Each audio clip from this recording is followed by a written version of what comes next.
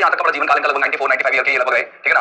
94-95 के अप्रॉक्स ये रहे, लगभग 95 हो गया। तो ये लगभग 94-95 के अप्रॉक्स कीजिए। तो ये ध्यान रखना दोस्त की इतनी बड़ी उम्र में इन्होंने क्या-क्या अचीवमेंट किए होंगे, आप ऐसा छोटा-मोटा एक आइडिया तो लगा ही सकते हैं, ठीक है ना। ओके, एसके जी बिल्कुल राम राम। अब देखना स्टार्ट करते हुए एक लाइन लिखी हुई नीचे साहित्य अकादमी अवार्ड। पहले तो इसका नाम देखो ऊपर लिखा हुआ है जयंत महापात्र, तो आपको टेंशन करने की जरूरत नहीं है कि चल क्या रहा है, राइटर का नाम क्या है। 20th सेंचुरी के एक प्रोमिनेंट राइटर रहे हैं, 20th सेंचुरी के प्रोमिनेंट राइटर, प्रोमिनेंट पॉइंट मान लो आपने, सेंचुरी के प्रोमिनेंट पॉइंट बस इनके अंदर बिल्कुल हम डिस्कस करेंगे, बहुत बढ़िया तरीके से डिस्कस करेंगे सारी चीजों को। और मुझे उम्मीद है कि वीडियो आप लोगों के लिए बहुत हेल्पफुल रहेगी, ये क्लास आप लोगों के लिए हेल्पफुल रहेगी। इससे संबंधित कोई भी क्वेश्चन आता है तो आप आराम से जवाब दे पाएंगे। तो देखो अगर हम बात करें के लिए तो इनका साहित्य अकादमी अवार्ड को मिला हुआ है। साहित्य अकादमी अवार्ड प्राप्त करने वाले ये पहले इंडियन पॉइंट थे। He was the first Indian poet to get to receive Sahitya Akademi award, the ऐसे कह सकते हो the first Indian poet to receive Sahitya Akademi award SAA, ठीक है ना, SAA।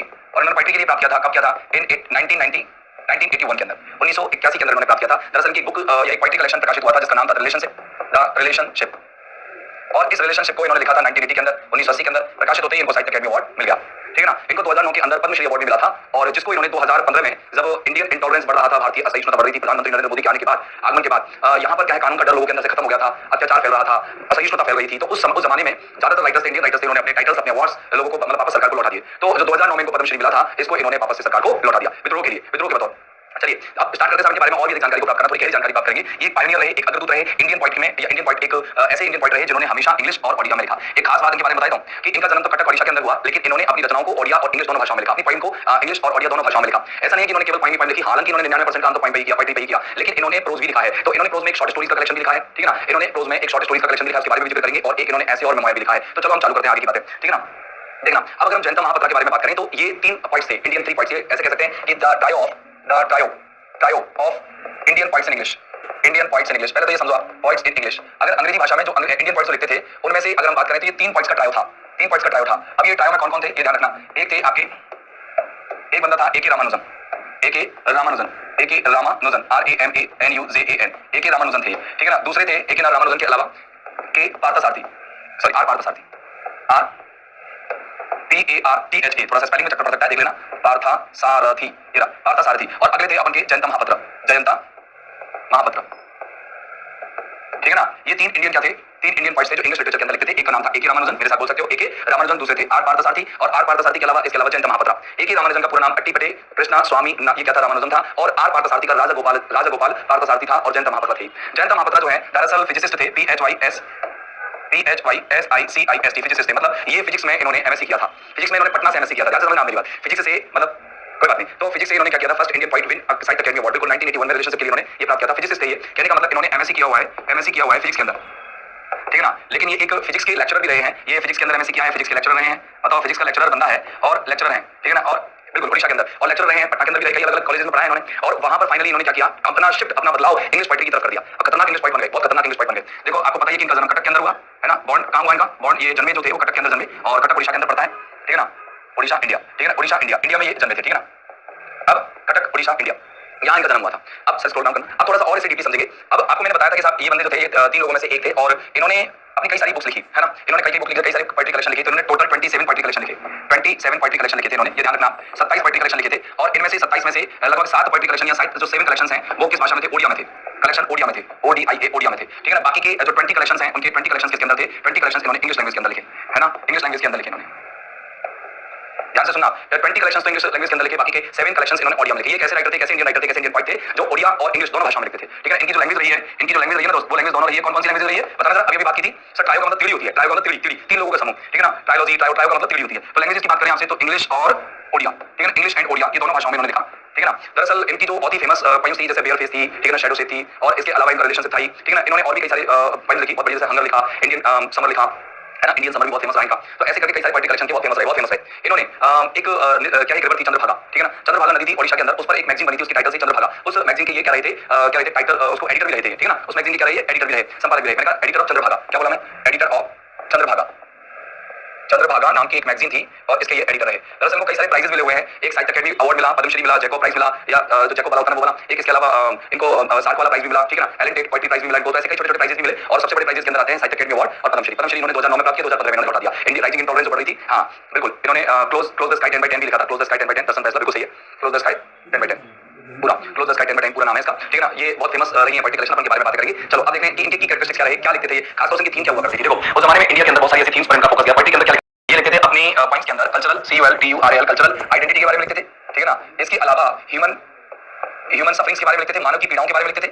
ह्यूमन सफरिंग्स एक लिखते थे इंट्रोस्पेक्टिव डेप्थ के अंदर कि भाई अंतर्मनन में इंसान को कैसे अंतर्मनन करना चाहिए, इंट्रोस्पेक्टिव डेप्थ के अंदर भी डेप्थ के लिए भी लिखते थे, ठीक है ना। इंट्रोस्पेक्टिव डेप्थ के लिखते थे और ये हाई इमेजरी भी यूज किया करते थे, हाई इमेजरी, ठीक है ना। हाई इमेजरी लव के बारे में भी उन्होंने लिखा है, प्रेम के बारे में लिखा है, ऐसी कई इमेजरी भी यूज करते थे, इमेजरी हाई इमेजरी भी यूज किया करते थे। अब अगर की कैरेक्टरिस्टिक्स देखें तो इनके क्या थे, ये इमेजिस्टिक और रिफ्लेक्टिव रहते थे। मतलब ये ऐसा नहीं था कि इनकी अपनी रचनाओं में कोई रिफ्लेक्शन नहीं होता था। एडिटर का मतलब संपादक होता है जी सर। इन सभी पॉइंट और नॉवेल के नाम याद रखना है, ये फिर इंपॉर्टेंट ही है। देखो बहुत सारे लेके 27 कलेक्शन है तो 27 कलेक्शन कितनी सारी पॉइंट्स होंगी, लेकिन अपन को तो मेजर मेजर कलेक्शन के नाम याद रखने, ठीक है, बस और ज्यादा याद रखना है। तो एकदम जल्दी ज्यादा कुछ खास याद रखना है। अब बाकी देखो आपकी खुद की भक्ति और श्रद्धा कितना याद रख सकते हो, ये बाकी तो याद रखना ही है। तो देखना यहाँ पर कि इन्होंने अपनी जो कविताएं हैं उनके अंदर इमेजिस्टिक यानी कि चित्रात्मक कविताएं इमेज पर बनती है, ठीक है ना। रिफ्लेक्टिव होती है मतलब पर्सनल ये अपनी सफरिंग्स के बारे में बताते हैं, पर्सनल थॉट्स भी अपने बताते हैं कि किस तरह से व्यक्तिगत विचारधाराओं ने कविताओं को प्रभावित किया है। ये आप कविता पढ़ के भी देख सकते हो और वैसे पढ़ने की जरूरत नहीं है। फिलोसॉफिकल एंड स्पिरिचुअल बिल्कुल इनकी रचनाओं के अंदर स्पिरिचुअलिटी हुआ करती थी, ठीक है ना। स्पिरिचुअलिटी इनकी रचनाओं में हुआ करती थी, अध्यात्म पर लिखते थे या फेथ इन गॉड पर लिखते थे, फिलोसॉफिकल होती थी, दार्शनिक हुआ करती थी। ऐसे कई सारे faith trust death life, faith trust death life, ऐसी कई चीजों पर ये लिखते थे। इसके अलावा गॉड स्पिरिचुअलिटी इनके बारे में भी इनकी थीम हुआ करती थी, कैरेक्टर हुआ करते थे।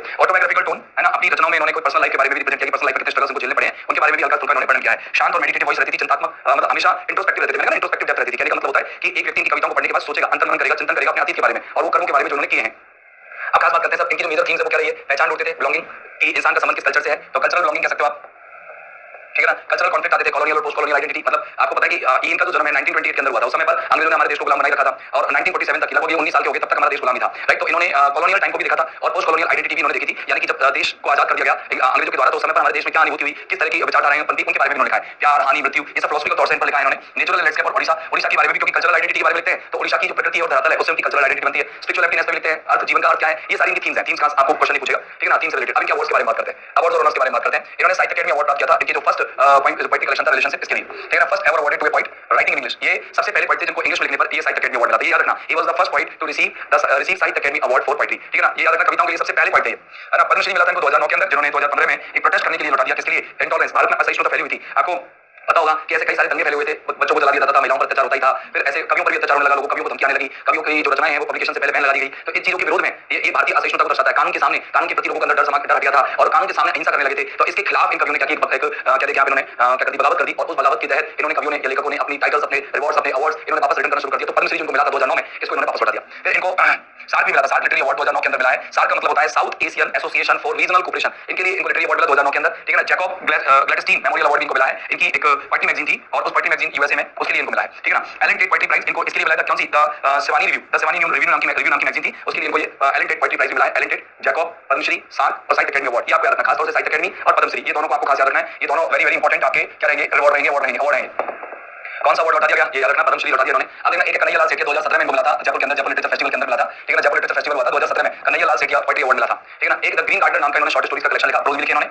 और प्रोज कौन से लिखे, एक शॉर्ट स्टोरीज का कलेक्शन लिखा था इन्होंने, याद रखना, शॉर्ट स्टोरीज का कलेक्शन लिखा था और ये कलेक्शन का नाम था the green gardener, the green gardener, GARDENER। ये ग्रीन गार्डनर नाम से इनका शॉर्ट स्टोरीज का कलेक्शन था, ठीक है ना। शॉर्ट स्टोरीज के अंदर लिखी थी और एक इन्होंने ऐसे और मेमोयर्स भी लिखे थे, ऐसे और मेमोयर्स अपने व्यक्तिगत जीवन पर इन्होंने लिखा था, ऐसे मेमोयर्स। इसका जो कलेक्शन था, है ना, उसका नाम था door of paper, door of paper, है ना, कागज का दरवाजा, डोर ऑफ पेपर। इस तरीके से उन्होंने लिखा। कंटेंट तो बहुत है पर स्मार्ट स्टडी करनी है ना, बिल्कुल कंटेंट बहुत है सर। इंटॉलरेंस का मतलब होता है असहिष्णुता, जी, इंटॉलरेंस का मतलब असहिष्णुता। असहिष्णुता का मतलब होता है कि सहिष्णु ना होना, मतलब कहने का मतलब देश के प्रति और समाज के प्रति आपके अंदर क्या ना हो, एक सिंपैथिक भाव ना हो, एक कंपैशनेटिंग सेंस ना हो, एक ऐसे कह दो कि इमोशनल सेंस ना हो। आप समाज को सेंटिमेंट से ना जोड़ करके बल्कि उसको, उसके ऊपर क्रूरटी, उसके ऊपर एट्रोसिटी वगैरह को आप रिप्रेजेंट करते हो, तो वो क्या कहलाता है, असहिष्णुता कहलाती है, ठीक है ना। अब इनकी पोएट्री के बारे में बात करें तो इनके नोटेबल वर्क अगर पोएट्री कलेक्शन में देखें तो एरियन ऑफ राइट्स, है ना, एरियन ऑफ राइट्स को याद रखेंगे। इस फर्स्ट मेजर इंटरनेशनल पब्लिकेशन है, ये एक अंतरराष्ट्रीय पब्लिकेशन रहा है, ठीक है ना। और by University of Georgia Press ने प्रकाशित किया इसको। इन्होंने फोकस किया भारतीय इमेजरी को और फिलोसॉफिकल थीम्स को, दार्शनिक विचारधाराओं को इन्होंने इसके अंदर क्या किया है, दर्शाया, डिपिक्ट किया है। रिलेशनशिप इनका ये जो पोएट्री कलेक्शन था उसको साहित्य अकेडमी अवार्ड मिला था, the first for English poetry. मैंने से रिलेशनशिप से पहले दा लगाया हुआ है, राइट, शुरू में, तो आपको ये हटा देना, दा नहीं हटा दो, रिलेशनशिप याद रख लो बस,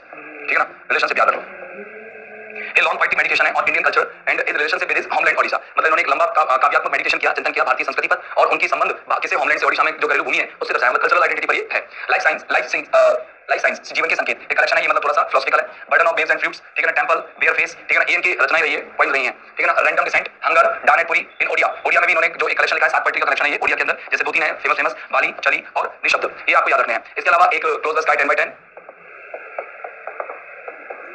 10/10 ये आप याद रख लेना। और एक थोड़ा सा अगर आप याद रख सको तो आप इसको याद रख लेना, शैडो शेप,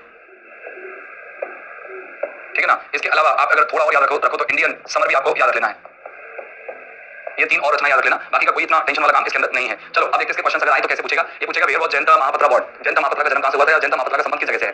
फादर हाउस लिखा था, क्वेश्चन 10 को सही है, फादर हाउस लिखा था, बहुत सारी पॉइंट्स लिखी थी, अपन इनको पूरी को नहीं लिख सकते, बहुत टाइम लग जाएगा और अपन को काम की भी नहीं इतनी खास है ना। तो देखो where was Jayanta Mahapatra born, Jayanta Mahapatra कहां जन्म हुआ था इनका, पटना, भुवनेश्वर, कोलकाता, कटक। तो इसका आंसर क्या होगा, डी बिल्कुल सही है, कटक में इसका जन्म हुआ था। इसके बाद अगर आपसे पूछेगा तो which of the following is not a birth by Jayanta Mahapatra, तो कौन सा नहीं है, तो आपको खास खास याद रखना है, रेन ऑफ राइट्स था, बेयर फेस था, और रिलेशनशिप भी था, नाइट ऑफ द स्कॉर्पियन एक जूइस पॉइंट निसी म्यूजिकल का है, और ये ग्रेट फर्स्ट के अंदर है, ये इनका नहीं था, ये निसी म्यूजिकल का है। If you have these, then girl, you have oily skin. And for that, I have brought in keys. Sika.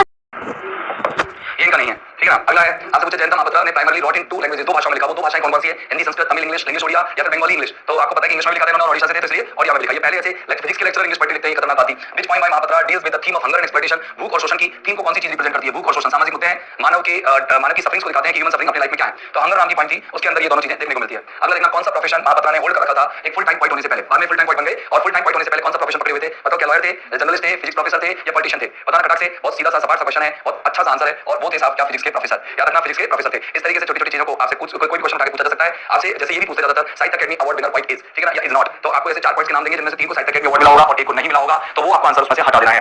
अब अपन सर